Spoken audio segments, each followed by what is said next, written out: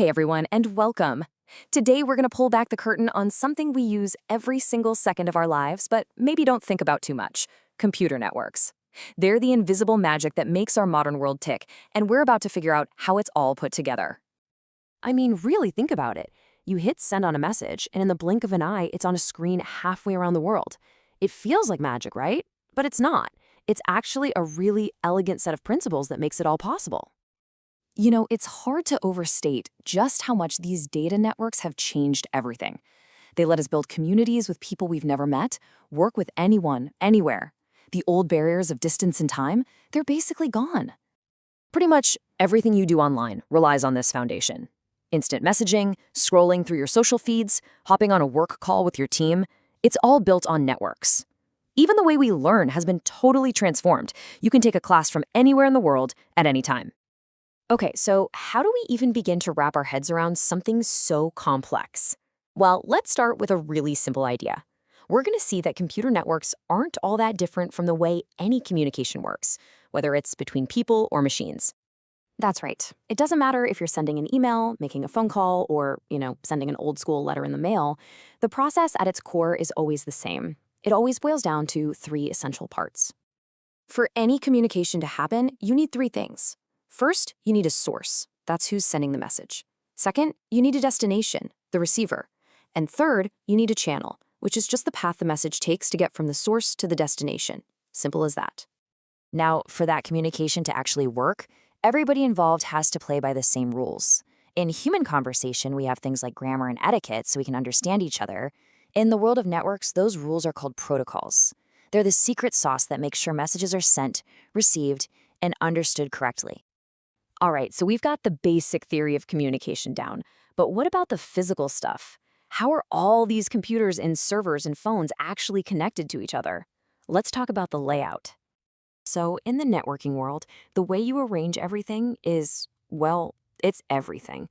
And this layout, this blueprint of the network, has a special name. It's called a topology. It defines exactly how all the pieces of the puzzle fit together. One of the earliest and simplest layouts is something called the bus topology. It's really easy to picture. Just imagine one long, single cable. Every single device on the network, every computer, every printer, just plugs right into that main line. Kind of like stops on a bus route. This was actually the original design for Ethernet networks. Now, you don't really see this setup much anymore, but its simplicity made it super useful for specific things back in the day. It was great for small local networks, like in an office. You could also use it to string together a few smaller networks, or even to create a main backbone cable that ran across a college campus. But like anything, it had a very clear trade-off. On the plus side, it was incredibly cheap and easy to install, perfect for a small setup. But, and this is a huge but, it had a massive critical flaw. If that one main cable broke anywhere along the line, the entire network went down, kaput. That single point of failure makes it completely unmanageable for the kind of giant, super reliable networks we depend on today. And of course, all these different topologies can be built in two main ways. You can have wired networks, which use physical cables to connect everything, or you can have wireless networks, which use radio waves. In reality, most of the networks we use every day are a hybrid, a mix of both. So, we've got the physical layout, the topology. It's the map of our network. But a map's not much good if you don't have traffic laws, right? How does the data know how to get where it's going without causing a total pileup? This brings us right back to our key concept: protocols. Yep, you can think of protocols as the official, detailed rulebook for all network traffic.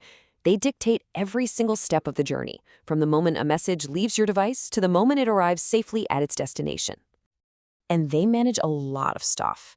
We're talking about the timing of messages, how big each chunk of data can be, how it's encoded so another computer can read it, its format, the whole shebang. Seriously, without these rules, our digital world would be absolute chaos. Okay, let's zoom out. We've looked at the basic elements of any communication, we've talked about the network's blueprint, its topology, and we've covered the crucial rules of the road that make it all work. Let's put it all together. It's pretty incredible, right? We've gone from a simple design like a single line of cable to a massive, complex, global web connected by invisible waves. And all of it, every digital experience you have, is built on these foundational principles of topology and protocol. And that really leads us to the big final question. We've built this amazing interconnected world on these core ideas.